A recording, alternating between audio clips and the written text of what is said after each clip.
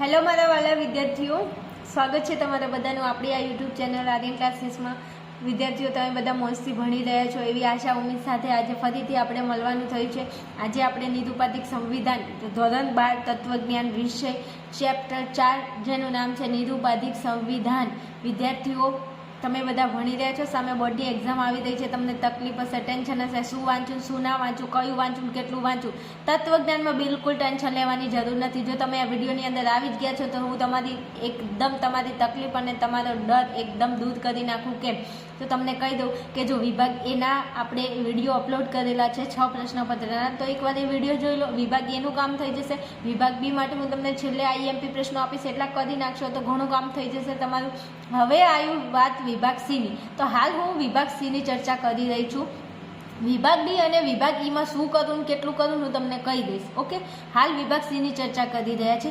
હવે વિદ્યાર્થીઓ, વિભાગ સીમાં 2 માર્ક્સના પ્રશ્નો પૂછાય, તમને ખબર છે 2 ગુણમાં પ્રશ્ન પૂછાય. હવે તમે શું કરો કે અમુક ચેપ્ટરો એવા છે, આપણે જોઈએ તો 8મું ચેપ્ટર, 9મું અને 10મું, તો આ ચેપ્ટર એવા છે ને જેમાંથી વિભાગ બીમાં પ્રશ્નો પૂછાય, પણ કેવી કે ત્યાં કંઈ ફિક્સ ના હોય કે કયો પ્રશ્ન પૂછાય. પણ 1 થી 4 ચેપ્ટર જે છે ને, તો 1 થી 4 ચેપ્ટરના અમુક ટોપિક ફિક્સ છે કે આ ટોપિકને તૈયાર કરો એટલે એમાંથી 2 માર્ક્સ આવે જ. એવો જ એક ટોપિક મેં આગળ અપલોડ કરી દીધો છે, જે અનુમાનના 8 નિયમો છે, એમાંથી 2 માર્ક્સના એક પ્રશ્ન પૂછાય કે અનુમાનના નિયમનું નામ લખો ને એનું રૂપ લખો. અને આજે હું તમને જે ભણાવું છું ને એમાંથી એ પણ એક પ્રશ્ન પૂછાય, 2 ગુણમાં પૂછાય. તો અમુક હું તમને કહી દઉં કે આડેધડ માથું નીચું કરી અને ઓખો બંધ કરીને તૈયારી નહીં કરવાની. પેપરમાં જોવાનું, પેટર્ન જોવાની, કેવા પ્રશ્નો કયા ટોપિકમાંથી પૂછાય. અને તત્વજ્ઞાનમાં હું તમને કહું ને, અમુક ટોપિકમાંથી જ પ્રશ્નો પૂછાય. એ ટોપિક આખો તૈયાર કરી નાખો ને તો એમાંથી એને મજા આવે, પૂછી લે, તમને બધું આવડતું હોવું જોઈએ. બીજું એક વાત કે હોશિયાર વિદ્યાર્થી માટે કંઈ આઈએમપી હોતું નથી. હોશિયાર વિદ્યાર્થી આઈએમપી ક્યારેય ના શોધતું હોય. હોશિયાર વિદ્યાર્થી બધી તૈયારી કરે અને બધામાંથી બધું જ પૂછાય. તો આજે આપણે મનોયત્ન 4.3નો પ્રશ્ન નંબર 3, જે તમારા વિભાગ સીમાં, અહીંયા મેં લખ્યું નથી પણ હું તમને કહી દઉં છું કે વિભાગ સીમાં આ પ્રશ્ન તમને ક્યાં જોવા મળશે, તો કે વિભાગ સીમાં તમને 2 ગુણમાં પ્રશ્ન જોવા મળશે. તો અહીંયા આજે આપણે મનોયત્ન 4.3નો પ્રશ્ન નંબર 3માં જે તમને પ્રશ્ન આપેલો છે કે સંવિધાનની આકૃતિ અને ભેદ જણાવો. તો આપણે સંવિધાનની આકૃતિ અને ભેદ, આ તમને 2 માર્ક્સમાં, 1 માર્ક્સ તમને આકૃતિનો પૂછાય અને 1 માર્ક્સ તમને ભેદ, એમ કરીને 2 માર્ક્સનો તમને આ પ્રશ્ન પૂછાય. અને આ પ્રશ્ન પૂછાય તો પરીક્ષામાં ખોટો જ ના પડવું જોઈએ. 10 અરે ભાઈ, આ ચેપ્ટરની અંદર પ્રશ્ન નંબર 3માં 10 આકૃતિ અને ભેદ આપેલા છે. આ 10 ને એકવાર વ્યવસ્થિત તૈયાર કરી નાખો તો આમાંથી ગમે તે પ્રશ્ન પૂછે તમને શું ફરક પડે, તમને આવડે. અને આ આકૃતિ અને ભેદ કોને ના આવડે? હા, માનું છું ના આવડે, તકલીફ પડતી હશે. અને તકલીફ ના પડે એના માટે તો મેં વિડીયો બનાવ્યો છે. એકવાર વિડીયોને વ્યવસ્થિત જોઈ લેશો એટલે 2 માર્ક્સમાંથી તમારો 1 પણ માર્ક્સ કટ નહીં થાય. 2 માર્ક્સ રોકડા અને પૂરેપૂરા આવશે, જો મારી ઉપર વિશ્વાસ હોય ને તો. અને તત્વજ્ઞાનમાં 100% વિશ્વાસ રાખજો. તમારો વિશ્વાસ, તમારી આશા ઉમ્મીદ નહીં તોડું, પણ તમને કહું એટલું કામ કરવાનું. આ વિડીયોની અંદર 10 તમને આકૃતિને ભેદ આપે, 10 એકવાર સોલ્વ કરી નાખો, પછી ગમે તે પ્રશ્ન પૂછાય. તમને કોઈ ટેન્શન, મને કોઈ ટેન્શન નહીં, તમને કોઈ ટેન્શન નહીં. ટેન્શન શું કરવા લેવાનું? તૈયારી કરવાની. ટેન્શનમાં ટાઈમ વેસ્ટ થોડી કરવાનો હોય. હાલો, હવે વાતો નથી કરવી, આવી ગયા છે આપણે આપણા ટોપિકમાં. બીજું જો ભણાવું છું હો, જો સારું લાગતું હોય ને તો જરા કોમેન્ટની અંદર જણાવવાનું અને વિડીયોને લાઈક કરીને શેર પણ કરવાનું. હું તમારા માટે મહેનત કરું છું તો તમે મારી માટે મહેનત ના કરી શકો? છોકરા છોકરીઓ, ચલો આજે આપણે આકૃતિ અને ભેદ વિશે સમજીશું. તો અહીંયા તમને પહેલું અહીંયા સંવિધાન આપેલું છે, તો કે સર્વ વિધાનો માહિતી પ્રદાનાત્મક છે. કોઈ પણ વાક્ય માહિતી પ્રદાનાત્મક નથી, કોઈ પણ વાક્ય વિધાન નથી. હવે જ્યારે તમને આવા પ્રકારનું સંવિધાન આપે અને તમને સૂચના આપેલી હોય કે આકૃતિ અને ભેદ જણાવો, તો સૌથી પહેલાં તમારે શું કરવાનું વિદ્યાર્થીઓ? તો સૌથી પહેલાં તમને આટલું આપ્યું છે પરીક્ષામાં, હવે તમારે જવાબમાં આવી રીતે લખવાનું. તો કે આ કેવી રીતે લખવું, અમને આવડે કેવી રીતે? જો અહીંયા સમજાવું મારા વહેલા વિદ્યાર્થીઓ. જો આ સંવિધાન હોય ને, તો કોઈ પણ સંવિધાન હોય ને વિદ્યાર્થીઓ, તો એનું પહેલું આ જે વિધાન દેખાય છે, આ આધાર વિધાન, તો પહેલું આધાર વિધાન હોય ને એને સાધ્ય વિધાન કહેવાય. ખબર પડી? આ પહેલું આધાર વિધાન છે એને કહેવાય સાધ્ય વિધાન. તો લખી દો પહેલાં સાધ્ય વિધાન. આ બીજા નંબરનું જે વિધાન હોય એને કહેવાય પક્ષ વિધાન. આ બીજા નંબરનું જે વિધાન હોય એને કહેવાય પક્ષ વિધાન. આ બીજા નંબરનું જે વિધાન હોય એને કહેવાય પક્ષ વિધાન. કેસેટ ચોટી નથી ગઈ, 3 વખત બોલી છું, કેમ તમને યાદ રહી જાય. અને છેલ્લું જે હોય એને ફલિત વિધાન જ કહેવાય. છેલ્લું જે હોય એને ફલિત વિધાન જ કહેવાય. તો તમને ખ્યાલ હશે તો કે હા અમને ખબર છે. તો જ્યારે પણ તમે અહીંયા જવાબ લખતા હોય પહેલાં લખો સાધ્ય વિધાન, પક્ષ વિધાન, ફલિત વિધાન. અહીંયા સા વી પ વી ફ વી. આ સાવી એટલે સામાજિક વિજ્ઞાન નહીં, સા એટલે સાધ્ય અને વી એટલે વિધાન, સાધ્ય વિધાન. પ એટલે પક્ષ, વી એટલે વિધાન, ફ એટલે ફલિત, વી એટલે વિધાન. સમજી ગયા? તો કે હા આ અમે સમજી ગયા. હવે અહીંયા જુઓ મેં કંઈક બનાવીને રાખ્યું છે.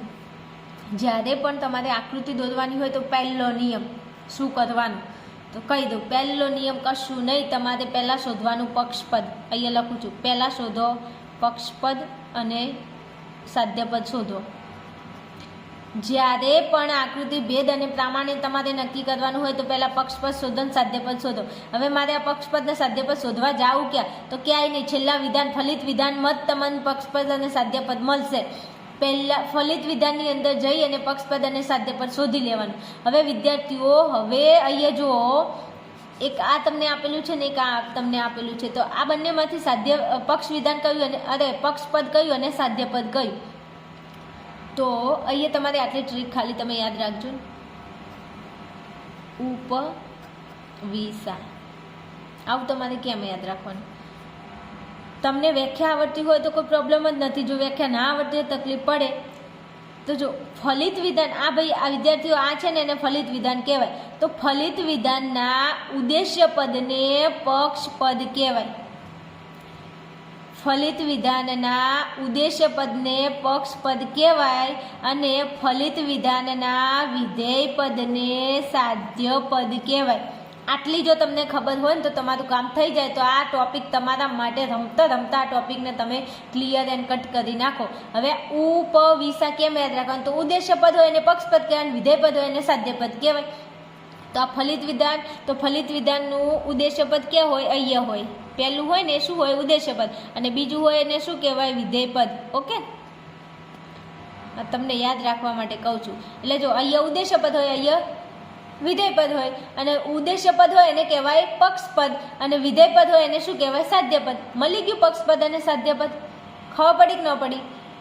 ઉદ્દેશ્ય પદ હોય એને પક્ષપદ કહેવાય, વિધેય પદ હોય એને સાધ્યપદ કહેવાય.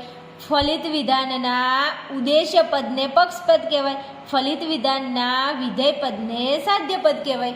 આટલું મળી ગયું? તો કે હા મળી ગયું. હવે જો આ વાક્ય છે ને એ પક્ષપદ છે અને આ વિધાન છે ને એ શું છે? સાધ્યપદ. ખબર પડી? ચલો અહીંયા લખી દો. પહેલાં જો આપણને પક્ષપદ મળી ગયું, સાધ્યપદ મળી ગયું. હવે જો ફલિત વિધાનમાં નીચેના જે બે પદ હોય એક પક્ષપદ હોય અને બીજું શું હોય? સાધ્યપદ. તો અહીંયા લખી દેવાનું પ સા. કેમ? ફલિત વિધાનમાં પહેલું હોય એને પક્ષપદ જ કહેવાય અને બીજું હોય એને સાધ્યપદ જ કહેવાય. ઓકે, આ ફિક્સ જ છે, આમાં તમારે ટેન્શન કરવાનું નહીં. તો ફલિત વિધાનમાં પસા લખી દીધું. બધા જે પણ સંવિધાન હોય ને એમાં ફલિત વિધાનમાં જે હોય ને એમાં તમારે ફલિત વિધાનમાં પસા પસા પસા પસા તો લખી જ દેવાનું. ઓકે, તો કે ઓકે. પછી જુઓ અહીંયા આ પક્ષપદ આ બંને આધાર વિધાનોમાં કઈ જગ્યાએ છે અને સાધ્યપદ આ બંને આધાર વિધાનોમાં કઈ જગ્યાએ છે ને એ તમારે શોધવાનું. હવે અહીંયા પક્ષપદ કોણ છે? જો પક્ષપદ કોણ છે? તો વાક્ય. આ વાક્યને પક્ષપદ કહેવાય. તો વાક્ય અહીંયા ઉપરના બંને આધાર વિધાનોમાંથી પક્ષપદ ઉપરના બંને આધાર વિધાનોમાંથી કઈ જગ્યાએ છે? તો જો અહીંયા આ પક્ષ વિધાન છે ને આને પક્ષ વિધાન કહેવાય. તો આ પક્ષ વિધાનમાં અહીંયા તમને દેખાય છે, આ જો આ રહ્યું. તો આ શું છે? તો પક્ષ વિધાન. તો અહીંયા લખી દો પક્ષ વિધાન. પછી જો સાધ્યપદ કોણ હતું? તો સાધ્યપદ હતું વિધાન. તો આ વિધાન તમને ઉપરના બે વાક્યોમાંથી ઉપરના જે આધાર વિધાનોમાંથી તમને વિધાન કઈ જગ્યાએ દેખાય છે? તો આ પક્ષ અહીંયા જો પક્ષ વિધાનમાં ક્યાંય દેખાય છે? વિધાન નથી. હવે અહીંયા આ સાધ્ય વિધાનમાં વિધાન આવ્યું. જો વિધાનો, તો આ શું મળી ગયું તમને? સાધ્યપદ. દેખાય છે? તો કે હા અમને દેખાય છે. હવે આ આધાર વિધાનમાં આ જે માહિતી પ્રદાનાત્મક અને આ પક્ષ વિધાનમાં જે માહિતી પ્રદાનાત્મક છે એ શું છે વિદ્યાર્થીઓ? તો આ માહિતી પ્રદાનાત્મક અને આ માહિતી પ્રદાનાત્મક શું છે? તો આ માહિતી પ્રદાનાત્મક એ મધ્યપદ છે. શું છે? મધ્યપદ. આટલું જો તમને આવડી જાય ને તો આ બધું તમને તરત આવડી જાય. હવે જો અહીંયા આવ્યું સા અને અહીંયા આવ્યું મ. તો આ સા અને મને તમારે અહીંયા દર્શાવવાનું. તો જો પહેલાં આ જે અહીંયા સ્થાન છે તો અહીંયા સ્થાને આવે છે કોણ? તો કે સાધ્યપદ. તો એ લખો સા, અહીંયા મ. મધ્યપદ મ, અહીંયા બીજા પક્ષ વિધાનની અંદર અહીંયા આ જો આ સ્થાન કોનું છે તો કે પક્ષપદનું, અહીંયા લખો પ અને અહીંયા માહિતી પ્રદાનાત્મક શું છે મધ્યપદ, તો મધ્યપદમાં અહીંયા લખો મ. દેખાય છે? હા દેખાય છે. હવે આ તમને આટલું જો કરતા આવડે તો આકૃતિ અને ભેદ તમને 100% આવડે. બીજું આમાં મેં જે પ્રોસેસ કરી એમાં તમને ખબર પડી કે ન પડી? જો એકમાં ખબર ના પડે ને તો બીજું જુઓ, બીજામાં ખબર ના પડે ને તો ત્રીજું જુઓ. આમ જે હોશિયાર વિદ્યાર્થીઓ હશે તો એમને તો આ ખબર પડી જ ગઈ હશે, પણ અમુક જે વિદ્યાર્થીઓ જેને કશી જ ખબર પડતી નથી તો 3-4 એક્ઝામ્પલ જોશો, 2 એક્ઝામ્પલ જોશો ને એટલે તમારું કામ તમામ થઈ જશે. હવે જુઓ અહીંયા આકૃતિમાં જ્યારે આ સા, મન, પ, મન આ બધું દર્શાવી દો, પછી આકૃતિ બનાવવા માટે તમારે સૌથી પહેલાં શું કરવાનું? તો સૌથી પહેલાં તમારે આઈ લાઈન ખેંચી લેવાની, તો કે હા ખેંચી લીધી. પછી ઉપર લાઈન ખેંચી લેવાની, તો કે ખેંચી લીધી. આટલું કામ પહેલાં કરી નાખવાનું, તો કે હા આ કરી નાખ્યું. અહીંથી લાઈન ખેંચી, અહીંથી લાઈન ખેંચી. હવે શું કરવાનું? તો હવે આ બંને જે આવી ગયા ને તમારી જોડે એમાં તમારે મધ્યપદને મધ્યપદથી જોડી દેવાનું. તો આમાં તો અહીંયા આ તો સા છે, અહીંયા તો આ તો પ છે, પણ અહીંયા મ છે. આ મનો મતલબ શું? આ મ એટલે મધ્યપદ, આ મ એટલે મધ્યપદ. તો અહીંયા મધ્યપદને મધ્યપદથી જોડવાનું. તો અહીંયા તમારે આ મધ્યપદની મધ્યપદથી જોડવાનું. જોડી દીધું? તો કે હા જોડી દીધું. જો દેખાય છે? તો કે હા દેખાય છે ને, કેમ નહીં? તો મધ્યપદને મધ્યપદથી જોડી દીધું, તો કે હા જોડી દીધું. આટલું કામ થઈ ગયા પછી હવે નીચે હળી નહીં કરવાની કોઈ જગ્યાએ, ઉપરના બંને સાધ્ય વિધાન અને પક્ષ વિધાનમાં જ તમારે આકૃતિ બનાવવાની રહેશે. અહીંયા તમારે કોઈ હળી કરવાની નહીં. ફલિત વિધાનમાં પસા હોય, ફલિત વિધાનમાં દરેકે દરેક સંવિધાનમાં ફલિત વિધાનમાં તમારે પસા મૂકી દેવાનું. પછી આ પક્ષપદ ઉપરના આધાર વિધાનોમાં કઈ જગ્યાએ છે એ જોઈ લેવાનું, અને સાધ્યપદ ઉપરના આધાર વિધાનોમાં કઈ જગ્યાએ છે તે જોઈ લેવાનું. બસ તમારું કામ થઈ જશે. આટલું થઈ ગયું. હવે આપણને અહીંયા લખવું પડે કે આકૃતિ અને ભેદ. જો વિદ્યાર્થીઓ આકૃતિ અને ભેદ તમારે પૂરેપૂરું લખવાનું. મારી જોડે અહીંયા જગ્યા નથી એટલા માટે મેં ટૂંકમાં પતાવવાની કોશિશ કરી છે, પણ તમારે આકૃતિ જ્યારે તમે આકૃતિ લખતા હોય ભેદ લખતા હોય ત્યારે તમારે વ્યવસ્થિત લખાણ લખવાનું. ઓકે, હવે જો અહીંયા આકૃતિ. તો વિદ્યાર્થીઓ સંવિધાનની આકૃતિઓ કેટલી? 4. કઈ કઈ? પહેલી, બીજી, ત્રીજી અને ચોથી આકૃતિ. તો અહીંયા જો આ કઈ આકૃતિ બની? તો આ કઈ આકૃતિ છે? ઊંધો સી છે, દેખાય છે? તો ઊંધો સી એટલે આકૃતિ કઈ બની? બીજી બની. પણ તમારે સીધું અહીંયા બીજી આકૃતિ નહીં લખી દેવાનું. હું તો લખી દઉં છું, તમે ના લખતા. કેમ ખબર છે? તમારે વ્યવસ્થિત પૂરેપૂરું લખાણ લખવું પડે. તો એ અમે લખાણ કેવી રીતે લખીએ? અહીંયા આકૃતિ કઈ બની? જો બીજી આકૃતિ બની. હવે અહીંયા તમારે સીધું બીજી આકૃતિ નહીં લખવાનું. તો અમે શું લખીએ? તો તમારે અહીંયા શું લખવાનું હું સમજાવું. તો જો આ સંવિધાન છે, તો પહેલાં લખવાનું કે સંવિધાનમાં સાધ્ય વિધાનમાં સંવિધાનમાં આ મધ્યપદ, સાધ્ય વિધાનમાં મધ્યપદ કઈ જગ્યાએ છે? તો કે અહીંયા જો આ ઉદ્દેશ્ય પદ, અહીંયા હોય વિધેય પદ. તો વિધેય પદના સ્થાને મધ્યપદ છે, અને પક્ષ વિધાનમાં મધ્યપદ કોની સ્થાને છે? વિધેયના સ્થાને છે. માટે આ આકૃતિ કઈ બને છે? બીજી આકૃતિ બને છે. પછી આકૃતિ માટે તમે આખું લખી દીધું, પછી તમારે એનો ભેદ લખવાનો. હવે ભેદ તમારે ક્યાંથી લાવવાનો? તો ભેદ તમારે અહીંયા તમને જ્યાં સંવિધાન આપ્યું છે ને એના ઉપરથી. હવે ભેદ નક્કી કરવા માટે આમાં ધ્યાન નહીં આપવાનું, ખાલી પાછળ અને આગળ પાછળ જોઈ લેવાનું. દેખાય છે? તો અહીંયા સર્વ અને અહીંયા છે. તો આપણને ખબર છે કે સર્વ અને છે. સર્વ છે હોય તો એનો ભેદ શું થાય? હા થાય. તો હું તો ભણાવું તો હું એવી રીતે યાદ રખાવું કે હા સર્વ છે. જો સર્વ હોય ને તો તમારા મગજમાં એક જ વાત યાદ આવે કે હા. એટલે કેવી રીતે યાદ રાખશો? ભેગું યાદ રાખી લેવાનું. હા સર્વ છે એટલે જ્યારે સર્વ છે દેખાય ને એટલે તમારા મગજમાં હા આવે. હા સર્વ છે, હા સર્વ છે. કેમ? જ્યારે સર્વ છે એ તમને દેખાય સંવિધાનમાં તો તમારે હા યાદ રાખવાનું, હા આવી જ જવું જોઈએ. હા સર્વ છે. પછી જો અહીંયા કોઈ પણ અને અહીંયા છે નથી. અહીંયા કોઈ પણ અને અહીંયા છે નથી. તમને ખબર છે ને વિદ્યાર્થીઓ કે સંવિધાનની અંદર ભેદ નક્કી કરવા માટે તમારે ક્યાં જોવાનું? તો સંવિધાનમાં ભેદ નક્કી કરવા માટે તમારે આગળ અને પાછળ તમને શું આપેલું છે ને એ જોવું પડે. હવે અહીંયા આગળ જુઓ, અહીંયા સર્વ અને અહીંયા છે તો હા આવે. અહીંયા કોઈ પણ અને પાછળ છે નથી. તો કોઈ પણ માટે તમને ખબર છે કે આગળ કોઈ પણ હોય ને પાછળ નથી હોય. આગળ કોઈ પણ હોય ને પાછળ નથી હોય ને તો એનો ભેદ શું થાય? તો કે ના થાય. તો હું તો છોકરાઓને એવી રીતે ભણાવું કે ના કોઈ પણ નથી. હા સર્વ છે, ના કોઈ પણ નથી. જે જગ્યાએ તમને કોઈ પણ અને પાછળ નથી દેખાય ને તો એનો ભેદ શું થાય? ના થાય. જે જગ્યાએ તમને સર્વ દેખાય ને પાછળ છે દેખાય ને તો એનો ભેદ શું થાય? હા થાય. તો હા સર્વ છે, ના કોઈ પણ નથી. અહીંયા પણ જો ના કોઈ પણ નથી, તો આનો ભેદ શું થશે વિદ્યાર્થીઓ? હા ના ના. આ શોર્ટ ટ્રીક છે ભેદ યાદ રાખવા માટે. સર્વ છે તો હા, કોઈ પણ અને પાછળ નથી તો એનો ભેદ ના થાય. તો તમે કેવી રીતે યાદ રાખો? તો આવી રીતે યાદ રાખવાનું. હું તો કોઠો ભણાવું તો હું એવી રીતે જ યાદ રાખાવું કે હા સર્વ છે, ના કોઈ પણ નથી. કામ થઈ ગયું આપણું. આનો ભેદ શું થાય? હા ના ના. જો ખબર પડતી હોય ને તો જરા કોમેન્ટની અંદર જણાવવાનું ખબર પડે છે, કારણ કે હું જે મેથડથી ભણાવું છું ને તમને એમાં ખબર પડે છે કે નહીં. ચલો પછી આગળ જવું છે. ચલો જઈએ. હવે અહીંયા જુઓ, જ્યારે આકૃતિ ભેદ આપેલી હોય એટલે સૌથી પહેલાં શું કરવાનું? તો સૌથી પહેલાં પક્ષપદ અને સાધ્યપદને શોધવાના. હવે પક્ષપદ અને સાધ્યપદને શોધવા માટે તમારા ત્રણમાંથી કઈ જગ્યાએ તમારી બોલપેનને ટચ કરવાની? તો કઈ નહીં, ત્રીજું વિધાન હોય ને એમાં ટચ કરવાની. અને ત્રીજું વિધાનની અંદર જે પહેલું હોય ને એ શું હોય? તો કે એ પક્ષપદ હોય, અને બીજું હોય એ શું હોય? સાધ્યપદ. ઓકે. અને બીજું, જ્યારે જવાબ લખતા હોય એટલે પહેલાં સાધ્ય વિધાન, પક્ષ વિધાન અને ફલિત વિધાન લખી દેવાનું. આપણને ખબર છે કે આ સંવિધાન છે. પહેલું વિધાન હોય એને સાધ્ય વિધાન કહેવાય, બીજું વિધાન હોય એને કહેવાય પક્ષ વિધાન, અને ત્રીજું વિધાન હોય એને કહેવાય ફલિત વિધાન. ઓકે. આ બંને આધાર વિધાનો અને આ ફલિત વિધાન. આટલું લખી દીધા પછી અહીંયા પોઈન્ટ બતાવી દેવાના. અને પછી શું કરવાનું? પછી પહેલાં અહીંયા ત્રીજા ફલિત વિધાનની અંદર જોવાનું. ફલિત વિધાનમાં અહીંયા જે ઉદ્દેશ્ય પદના સ્થાને હોય એને કહેવાય પક્ષપદ. બીજું કોઈ ખબર પડે કે ન પડે, અહીંયા જે હોય ને એને કહેવાય પક્ષપદ, ને અહીંયા જે હોય એને કહેવાય સાધ્યપદ. આટલું આવડી ગયું. પછી શું કરવાનું? અહીંયા તમારે પ અને સા મૂકી દેવાનું. હવે આ સાધ્યપદ શું છે? રમતિયાળ. અને પક્ષપદ શું છે? ટીનું.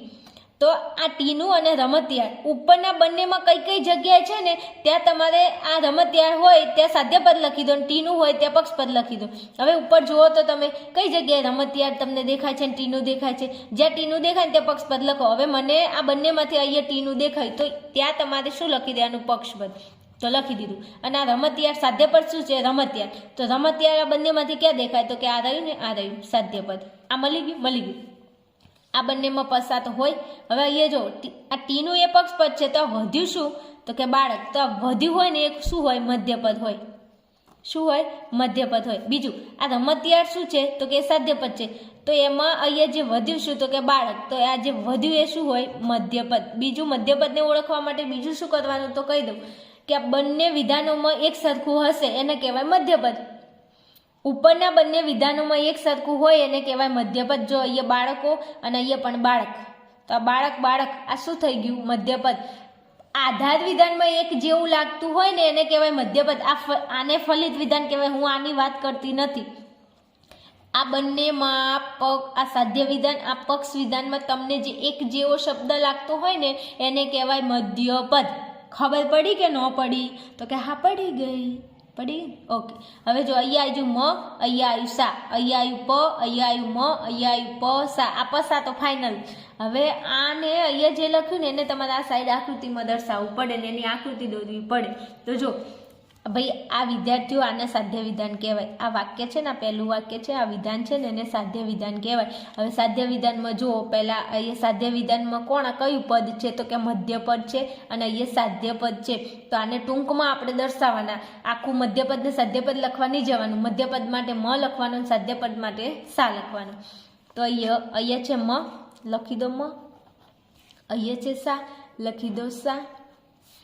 પછી પક્ષ વિધાનમાં પહેલા કોણ છે? તો કે પ, તો અહીંયા લખી દો પ. અહીંયા મ દેખાય છે ને બાળકો, બાળક એ શું છે? કે મધ્યપદ, તો લખી દો મ. અને અહીંયા તો પસા હોય જ. ફલિત વિધાનમાં છેલ્લું ફલિત વિધાનની અંદર જે બે પદો હોય ને કોણ હોય? પક્ષપદ અને સાધ્યપદ જ હોય. ચલો આટલું થઈ ગયું. પછી આને હળી નહીં કરવાની. ઉપરના બંનેની અંદર આપણે આકૃતિ બનાવીશું. આકૃતિ બનાવવા માટે પહેલાં આ બે લાઈનને જોડો, આ બે લાઈનને જોડો. આટલું કામ કરવાનું. આકૃતિ બનાવવા ભાઈ શું કરવાનું? પહેલાં આ લાઈનને જોડો, આ લાઈનને જોડો. હવે શું કરવાનું? તો કે મધ્યપદને મધ્યપદથી જોડી દેવાનું. તો અહીંયા જો આ મધ્યપદ છે ને આ મધ્યપદ છે, તો કે મધ્યપદને મધ્યપદથી જોડી દેવાનું. ઓકે? તો કે ઓકે. હવે શું કરવાનું? કંઈ નહીં, હવે લખવાનું આકૃતિ જે હોય આકૃતિ લખવાનું, ભેદ જે થતો હોય ભેદ લખો. તો વિદ્યાર્થીઓ આપણને ખબર છે કે આ કઈ આકૃતિ બને છે? ઊંધો ઝેડ. તો ભાઈ વિદ્યાર્થીઓ ઊંધો ઝેડ એ કઈ આકૃતિ છે? તો કે ઊંધો ઝેડ એ પહેલી આકૃતિ છે. કઈ આકૃતિ છે? પહેલી. કઈ આકૃતિ? પહેલી. કોણ પહેલી? પહેલી આકૃતિ. પણ તમારે પરીક્ષામાં એકલું પહેલું નહીં લખવાનું કે પહેલી આકૃતિ. તો અમારે કેવી રીતે લખવાનું? તો તમારે લખવાનું કે આ સંવિધાનમાં મધ્યપદ સાધ્ય વિધાનમાં કઈ જગ્યાએ છે? અહીંયા ઉદ્દેશ્યના સ્થાને, અને પક્ષ વિધાનમાં અહીંયા વિધેયના સ્થાને છે. માટે આ સંવિધાનની પહેલી આકૃતિ બને છે. આવું તમારે પૂરેપૂરું લખાણ લખવાનું. ઓકે? તો કે ઓકે. હવે ભેદ નક્કી કરવા. તો ભેદ નક્કી કરવા માટે તમારે શું કરવાનું? તો કંઈ નહીં, મેં કીધું હતું કે અહીંયા જોવાનું આગળ અને પાછળ. અહીંયા છે સર્વ અને છે. સર્વ છે તો સર્વ છે એટલે આવી રીતે યાદ રાખવાનું. સર્વ છે હોય ને એનો ભેદ હા હોય. સર્વ છે એનો ભેદ શું હોય? હા હોય. અને મેં તો કીધું હતું કે આખું ભેગું યાદ રાખવાનું કે હા સર્વ છે. જે જગ્યાએ સર્વ છે એવું હશે ને તો તમારા મોઢેથી ઓટોમેટિક હા નીકળી જ જશે કે હા સર્વ છે. એટલે હા સર્વ છે. આ સર્વ છે એનો ભેદ શું થાય? હા. એટલે પહેલા વિધાનનો ભેદ શું થાય? હા. લખો હા. હવે જો અહીંયા સર્વય નથી, અહીંયા કોઈ પણ નથી, કેટલાકે નથી, કશું જ નથી. કશું ના હોય ટેન્શન નહીં લેવાનું. પાછળ જો અહીંયા છે આપેલું છે દેખાય છે. તો કંઈ નહીં, આપણે અહીંયા સર્વ માની લેવાનું. અહીંયા શું? સર્વ. અને પાછળ શું છે? તો આનો ભેદ શું થાય? હા અને હા. હા સર્વ છે. હા સર્વ. અહીંયા આગળ સર્વય નથી કે કોઈ પણ નથી, પણ પાછળ છે આપેલું છે. નથીનો તો કોઈ પ્રશ્ન જ નથી. નથી આપેલું જ નથી એટલે ના કે ન તો આવશે જ નહીં. વધ્યું હ તો હા. પણ અહીંયા પાછળ છે આપેલું છે તો આપણે લઈશું હા. જ્યારે પણ કોઈ પણ તમને આવું કોઈ જગ્યાએ જોવા મળે તો તમારે એને હા ભેદમાં દર્શાવવાનું. ઓકે? ચાલો જુઓ પછી આગળ જો ત્રીજું. તો અહીંયા કેટલાક સુધારાવાદીઓ જુસ્સેદાર છે. અહીંયા તમને સંવિધાન આપેલું છે. સૌથી પહેલાં તમારે શું કરવાનું? તો કંઈ નહીં, પક્ષપદ અને સાધ્યપદ આટલું પહેલાં લખી દેવાનું. અહીંયા પ અને સા લખી દેવાનું. પ સા. પ એટલે પક્ષપદ, સા એટલે સાધ્યપદ. હવે આ આદર્શવાદીઓ પક્ષપદ છે અને જુસ્સાદાર એ સાધ્યપદ છે. હવે આને પક્ષપદ કહેવાય અને સાધ્યપદ કહેવાય. હવે આશાવાદીઓ એ પક્ષપદ છે. એ ઉપરના બે આધાર વિધાનોમાં તમને આશાવાદીઓ કઈ જગ્યાએ જોવા મળે છે? આદર્શવાદીઓ. સોરી હો. તો આ આદર્શવાદીઓ આ રહી તો એને કહી દો પક્ષપદ. અહીંયા જુસ્સાદાર શું છે? સાધ્યપદ. તો જુસ્સાદાર ઉપરના બંનેમાંથી તમને કઈ જગ્યાએ જોવા મળે છે? તો કે આ રહ્યું જુસ્સાદાર, તો એને કહી દો સાધ્યપદ. ચલો આટલું થઈ ગયું. હવે અહીંયા આ બંને આધાર વિધાનોમાં જો સુધારાવાદીઓ આ બે વધ્યું. બીજું આ સુધારાવાદી એક જેવું લાગે છે અને બંને આધાર વિધાનોમાં જે પદ એક જેવું લાગતું હોય ને તો એને મધ્યપદ કહેવાય. શું?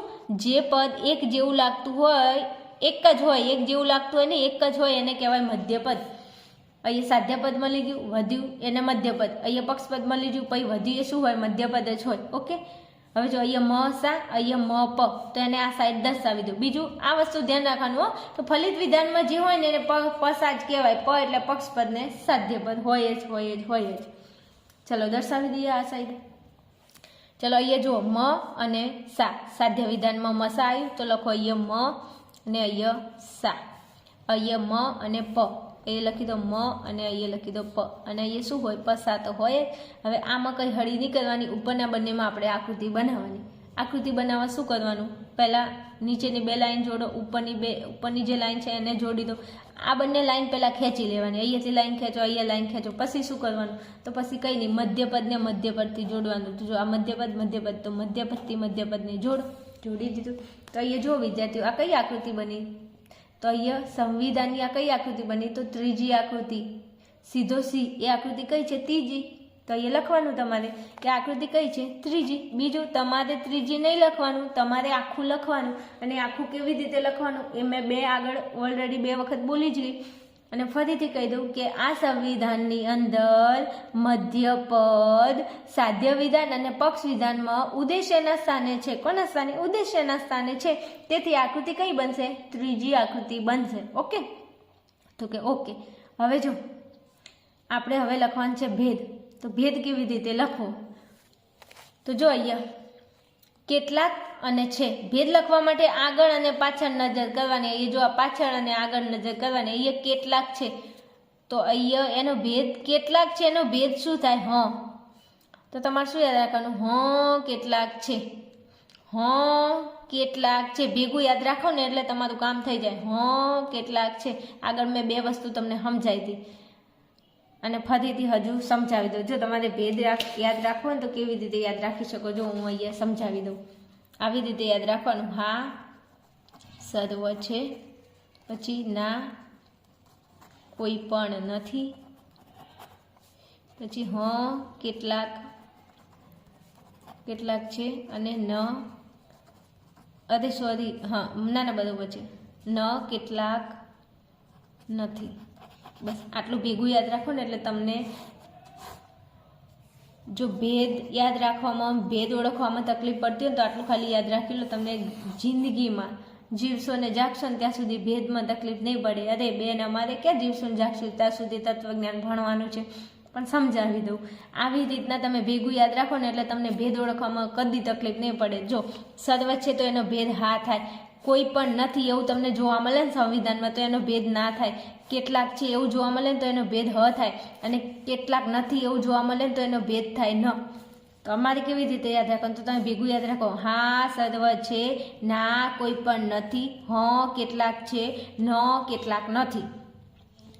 તો કેટલાક નથી એ જુઓ તો તમારે મોઢે ઉપર ન આવવો જ જોઈએ. કેટલાક છે એવું જુઓ એટલે યાદ આવવું જોઈએ. કોઈ પણ નથી એટલે યાદ આવવું જોઈએ. ના અને સર્વ છે એટલે યાદ આવવું જોઈએ. હા તો આવી રીતે ભેગું યાદ રાખો તો ફટાફટ યાદ રહી જાય કે ના રહી જાય? તો કે હા સર્વ છે, ના કોઈ પણ નથી, કેટલાક છે, ન કેટલાક નથી.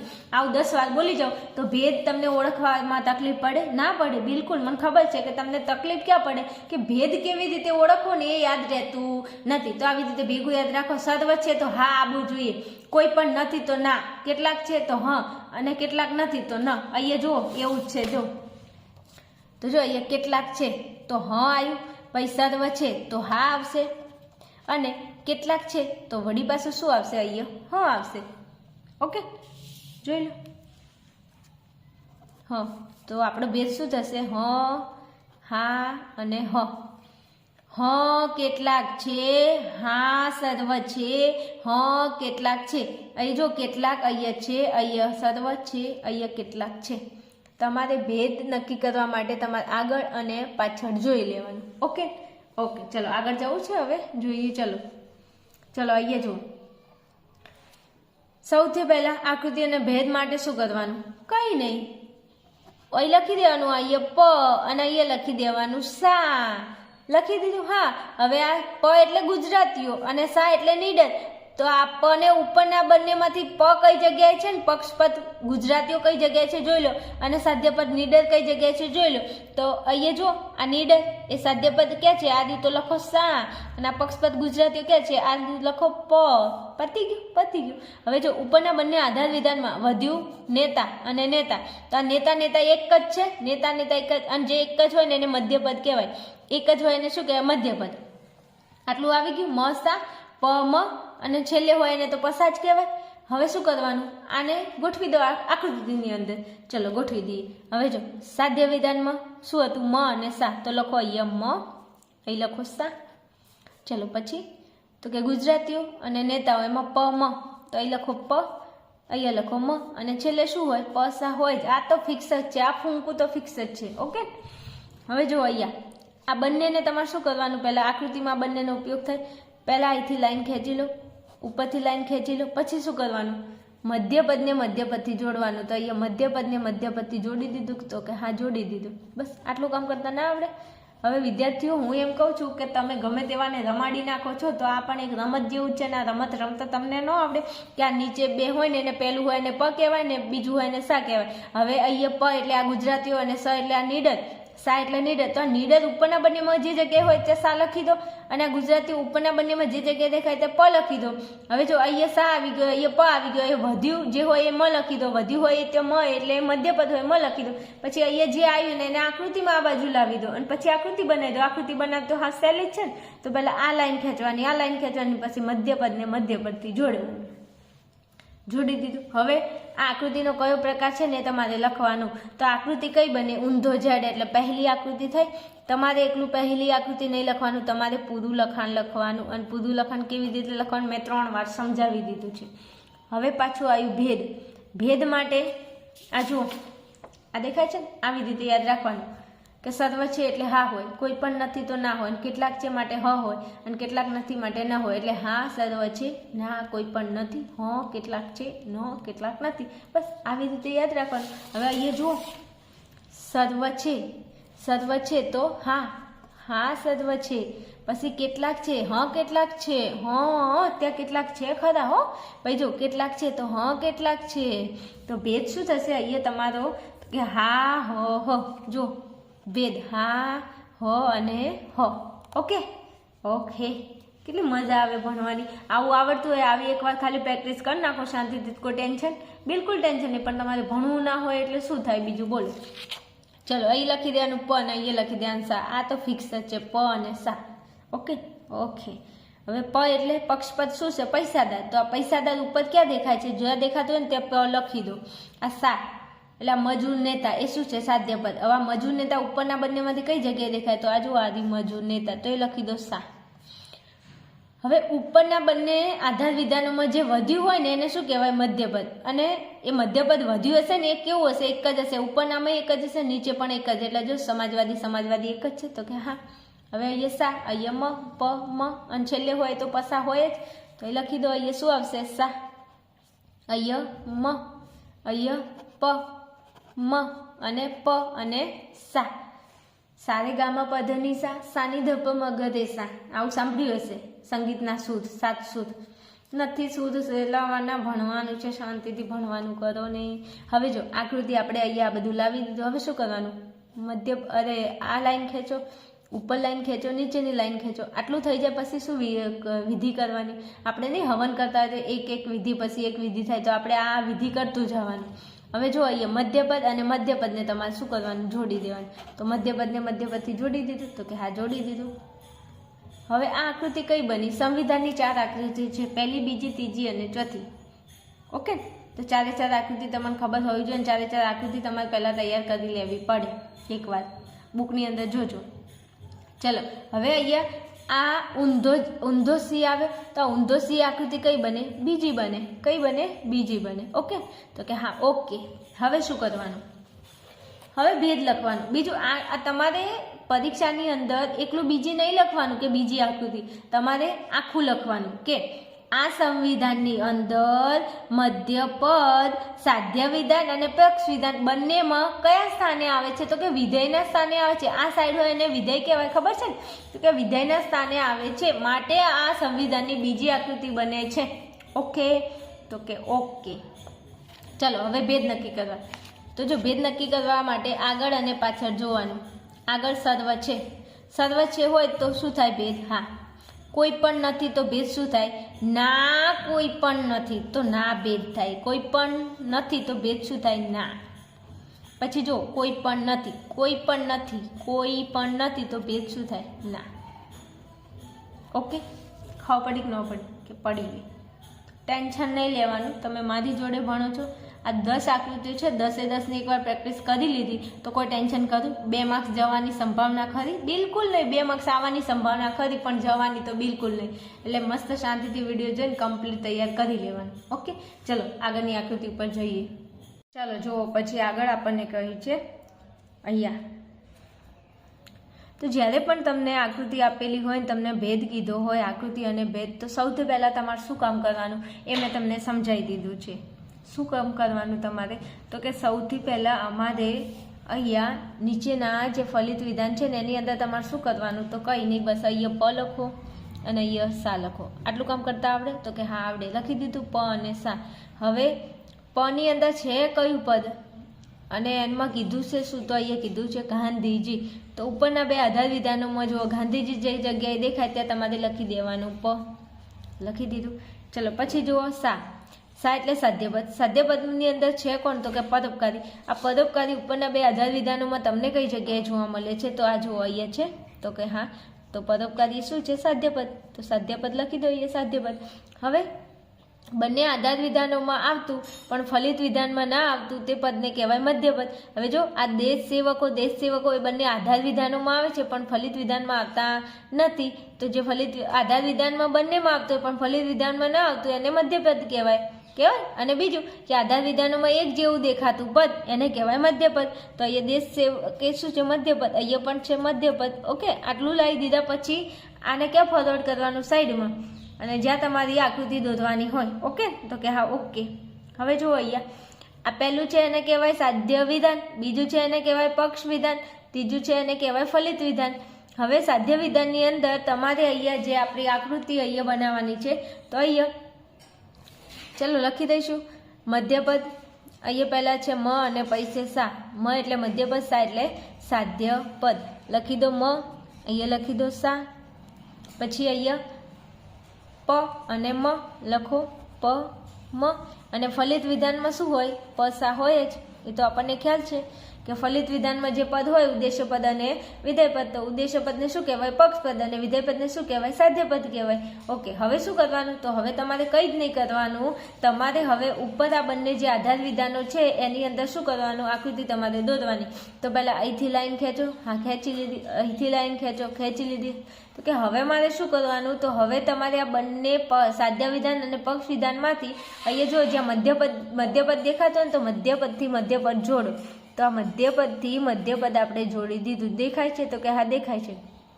હવે અહીંયા જો આ આકૃતિ કઈ બની? ઊંધો ઝેડ. અને ઊંધો ઝેડ એ આપણી કઈ આકૃતિ છે? તો કે સંવિધાનની 4 આકૃતિઓ, પહેલી, બીજી, ત્રીજી અને ચોથી. એમાંથી ઊંધો ઝેડ તો પહેલી આકૃતિ, ઊંધો સી બીજી આકૃતિ, સીધો સી ત્રીજી આકૃતિ અને સીધો ઝેડ ચોથી આકૃતિ. અહીંયા કઈ આકૃતિ દેખાય છે? તો કે ઊંધો ઝેડ. તો આ ઊંધો ઝેડ એ આપણી કઈ આકૃતિ થશે? તો કે પહેલી. પહેલી નહીં, પહેલી. પહેલી કે પહેલિયા મત બુઝાવું, નથી બુઝાવી પહેલિયા. ચલો થઈ ગયું. હવે શું કરવાનું? ભેદ નક્કી કરવા માટે મેં તમને આગળ સમજાવી દીધું કે શું કરવાનું. કશું જ નહીં કરવાનું. ભેદ તમારે યાદ રાખવા માટે હમણાં મેં સમજાવ્યું હતું કે જ્યારે આગળ જોવાનું અને પાછળ જોવાનું. આગળ જો શું છે? સર્વ, અને પાછળ છે તો હા સર્વ છે. તો આનો ભેદ શું થાય? હા. હવે અહીંયા જો સર્વય નથી ને કેટલાક નથી, કશો વાંધો નહીં, કોઈ પણ નથી, કેટલાક કશું જ નથી, પણ પાછળ છે. જો પાછળ છે હોય, આગળ કોઈ પણ કે સર્વ ન હોય તો તમારે એનો ભેદ તમે શું લેશો? તો કે અમે એનો ભેદ લઈશું. હા, શું લઈશું? હા. અહીંયા આગળ સર્વય નથી અને કોઈ પણ નથી, પણ પાછળ તો છે ને? તો કે હા છે ને. તો આનો ભેદ શું લઈશું? હા. તો અહીં તમે ભેદ લખશો હા હા હા. કોઈક સાંભળે ને તો વિચારે કે આ શું બોલે છે? હા હા હા. ભણો તો ખબર પડે, હે ને?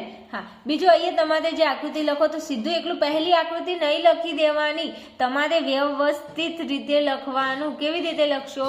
તો કે સંવિધાનમાં મધ્યપદ, સાધ્ય વિધાનમાં મધ્યપદ કઈ જગ્યાએ છે? તો કે ઉદ્દેશ્યના સ્થાને, અને પક્ષ વિધાનમાં આ મધ્યપદ કોના સ્થાને છે? વિધેયના સ્થાને છે. તો આકૃતિ કઈ બને? પહેલી આકૃતિ બને છે. અને ભેદ અહીંયા દર્શાવવાનો કે સાધ્ય વિધાન હા, પક્ષ વિધાન હા, અને ફલિત વિધાન હા. તેથી આ અહીંયા સંવિધાનનો ભેદ શું થાય? હા હા હા. ઓકે કે ઓકે. ચલો પછી આગળના સંવિધાન ઉપર જઈએ. આગળનું સંવિધાન જુઓ.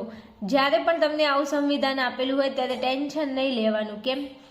તો પહેલાં અહીંયા બોલ્યા અને ચાલ્યા વગર. બીજું જો આ કેટલાકને કોઈ પણ એવું આગળ હોય ને એને હળી નહીં કરવાની હો, એને એમનું એમ રહેવા દેવાનું. પાછળ આ નથી છે ને એને હળી નહીં કરવાની. હળી ક્યાં કરવાની? અહીંયા દેખાય છે આ વચ્ચેના ભાગમાં 2 પદ દેખાય છે ને ત્યાં.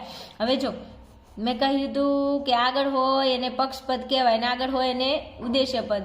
ઉદ્દેશ્ય પદને પક્ષપદ કહેવાય, અને વિધેય પદને શું કહેવાય? સાધ્ય પદ. તો તમારે અહીંયા પસા તો પહેલાં લખી જ દેવાનું.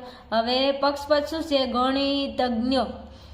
તો આ ગણિતજ્ઞો ઉપરના 2 આધાર વિધાનમાં ક્યાં દેખાય? તો કે આ રહ્યું ને, તો આને કહી દો પક્ષપદ.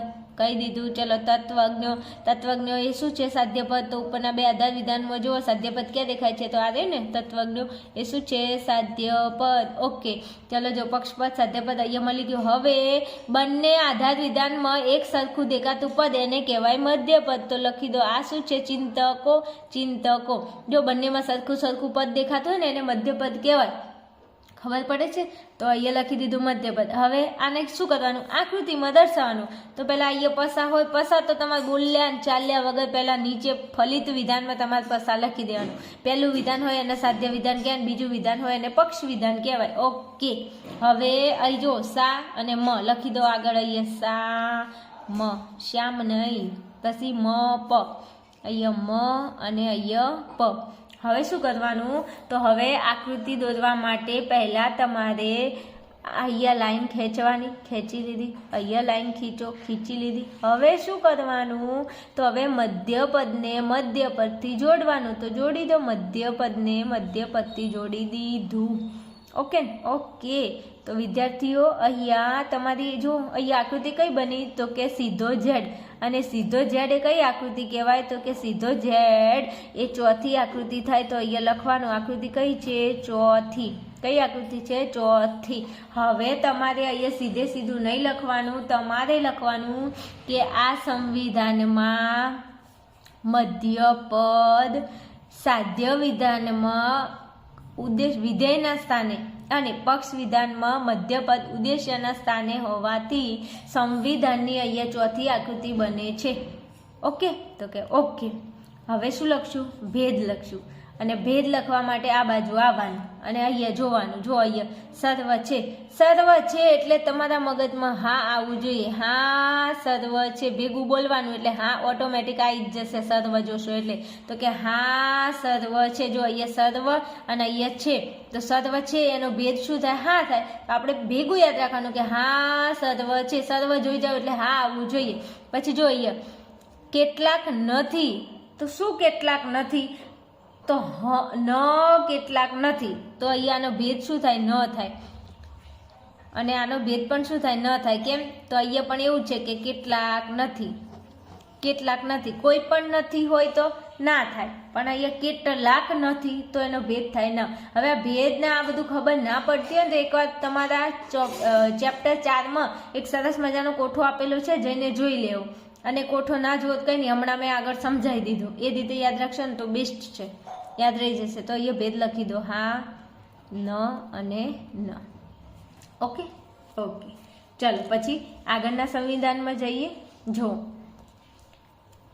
કોઈ પણ વિદ્યાર્થી આળસુ નથી. વરુણ વિદ્યાર્થી છે અને વરુણ આળસુ નથી. હવે આ છે કે નથી આપણે કઈ ધ્યાન? સૌથી પહેલાં તમારે શું કરવાનું?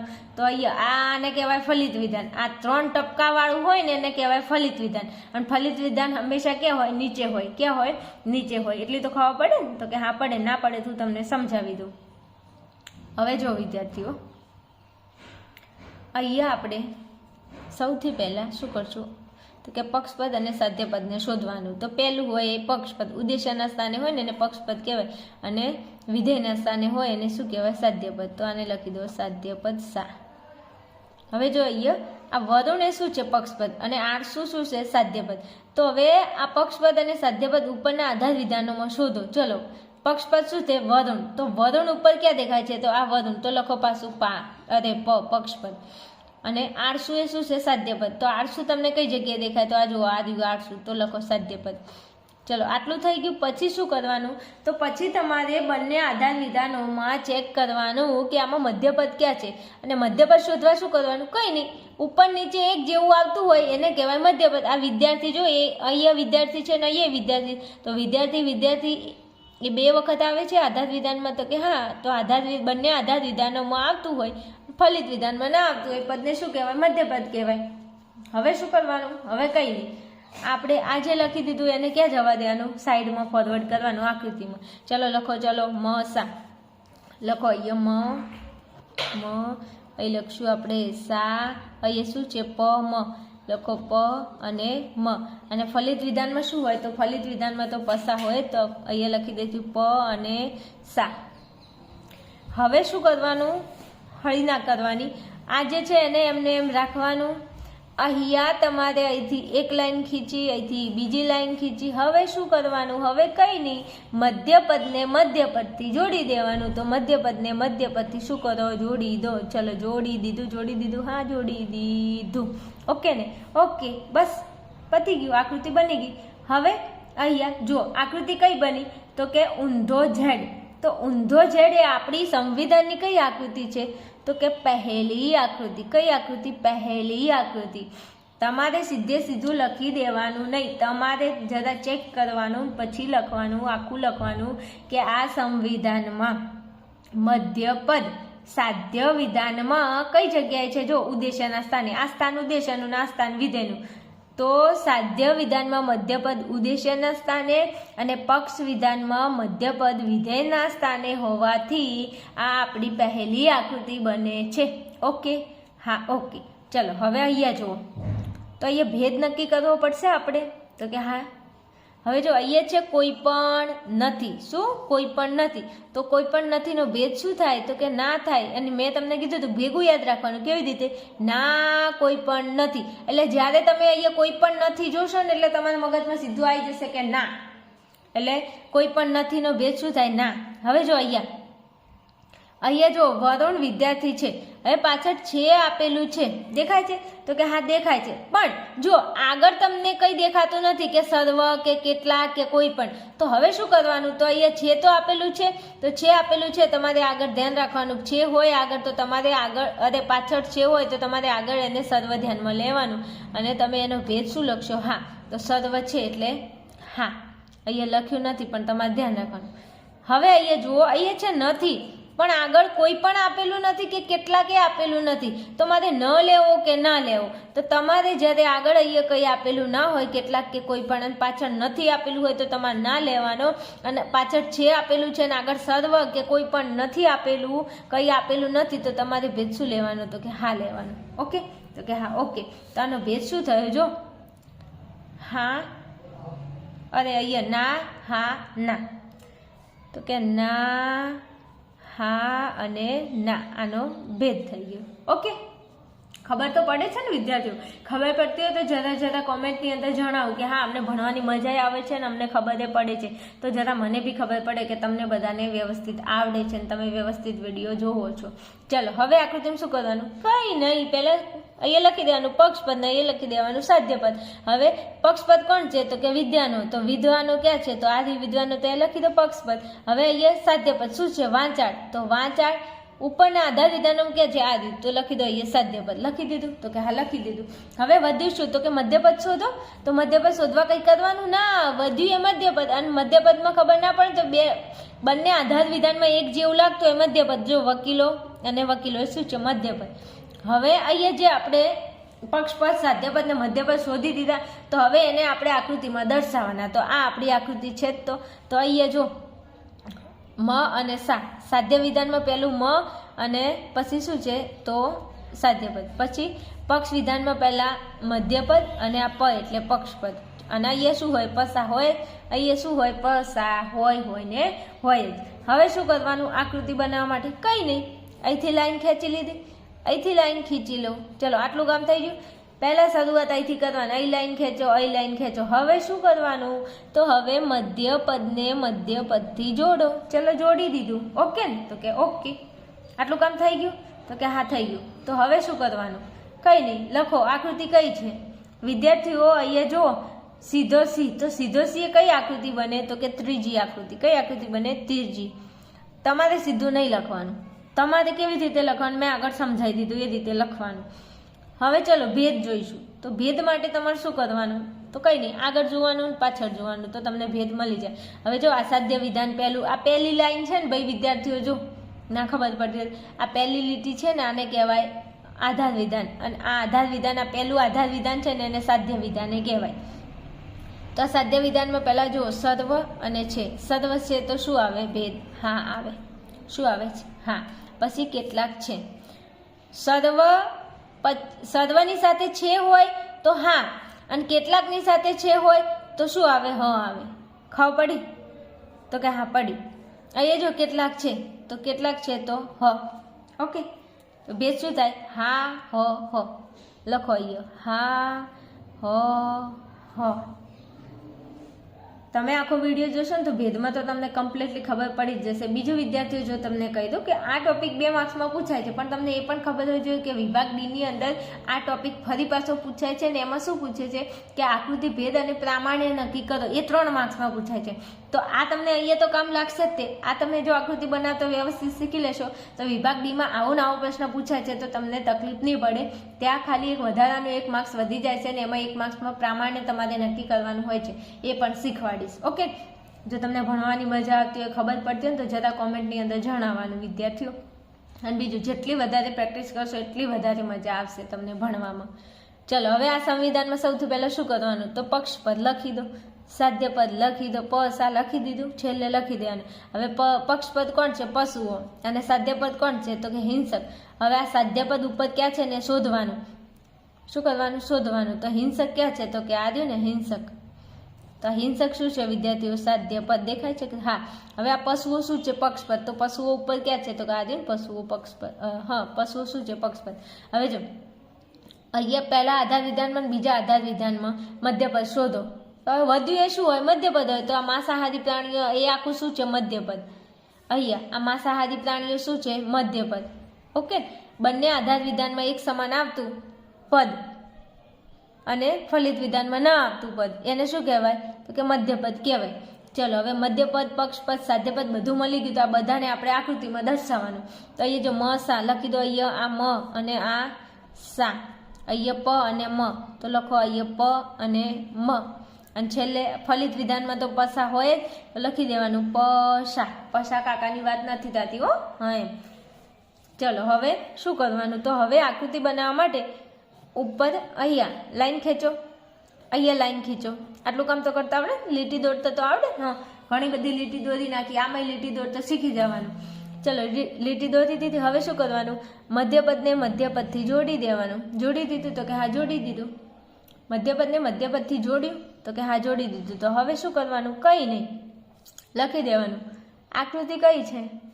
તો જો ઊંધો ઝેડ. તો ઊંધો ઝેડ આકૃતિ કઈ હોય? પહેલી. કઈ આકૃતિ હોય? પહેલી આકૃતિ. તો કે હા ઓકે. અને હવે શું લખવાનું? તો કે ભેદ લખવાનું. અને ભેદ લખવા માટે શું કરવાનું? તો અહીંયા જોવાનું, પહેલું ને છેલ્લું, પહેલું ને છેલ્લું, પહેલું ને છેલ્લું જોવાનું. જોવાનું તો કે હા. હવે જો અહીંયા સર્વ છે. હું જ્યારે સર્વ છે બોલું ને એટલા પહેલાં તમારા જોડે જવાબ આવી જવો જોઈએ કે હા આવે. કારણ કે હું 10 વાર, હું 25 વાર બોલી ગઈ કે હા સર્વ છે. હવે અહીંયા છે પણ આગળ સર્વ નથી, કેટલાક છે. સર્વ હોય તો હા, અને કેટલાક હોય ને પાછળ છે હોય તો હ. કેટલાક હોય ને પાછળ છે હોય તો હ. ઓકે, ભેદ શું થાય? હા હ. લખી દો ભેદ. હા હ અને હ. રેડી? કોઈ તકલીફ ના? બિલકુલ નહીં. આવડે કે ન આવડે? આવડે. હવે વિદ્યાર્થીઓ જો આમાંથી કેટલા માર્ક્સનું પૂછાય? 2 માર્ક્સનું પૂછાય. તો હું એમ કહું છું કે તમારે તત્વજ્ઞાનમાં સારી એવી તૈયારી કરવી હોય તો આ બે માર્ક્સ તમારે લેવા માટે આ 10 એ 10 તમે તૈયાર ના કરી શકો. અને આમાં તમારે તૈયાર ક્યાં કરીને જવાનું છે? મેથડ તમને આવડવી જોઈએ. ગણિતમાં કેમ એક સૂત્ર આવડે ને તમને 10 દાખલા 50 દાખલા હોય તો આવડે. તો આમાં બસ તમને ખબર હોવી જોઈએ કે મારે આકૃતિ કેવી રીતે બનાવવાની છે. તો તમને ખબર પડી જાય. આ બધું ગોખીને જવાનું ના હોય. ઓકે, આ બધું પ્રેક્ટિસ કરવાનો વિષય છે. આટલી પ્રેક્ટિસ કરી નાખો તો 2 માર્ક્સ આપણી જોડે. અને એવું જરૂરી નથી 2 માર્ક્સ. પાછળ વિભાગ ડીમાં પ્રશ્ન પૂછાય ને એટલે આ જ આવે આકૃતિનો ભેદ. ખાલી પ્રમાણે બદલવાનું, પ્રમાણે તમારે ચેક કરવાનું હોય. પણ આની પ્રેક્ટિસ કરેલી હોય તો આ પ્રશ્ન ફટાફટ આવડે, બાકી આવડે નહીં. ચલો, જો મારા વાલા વિદ્યાર્થીઓ તમને ભણવાની મજા આવતી હોય ને તો જરા કોમેન્ટની અંદર જણાવવાનું મજા આવે છે.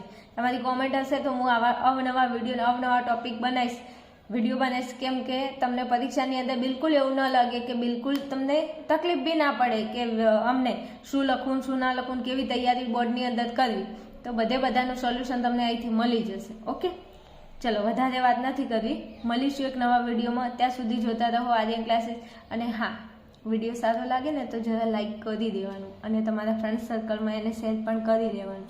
ઓકે, આ તમારી જવાબદારી છે. મેં મારી જવાબદારી પૂરી કરી. ચલો મળીશું નવા વિડીયોમાં.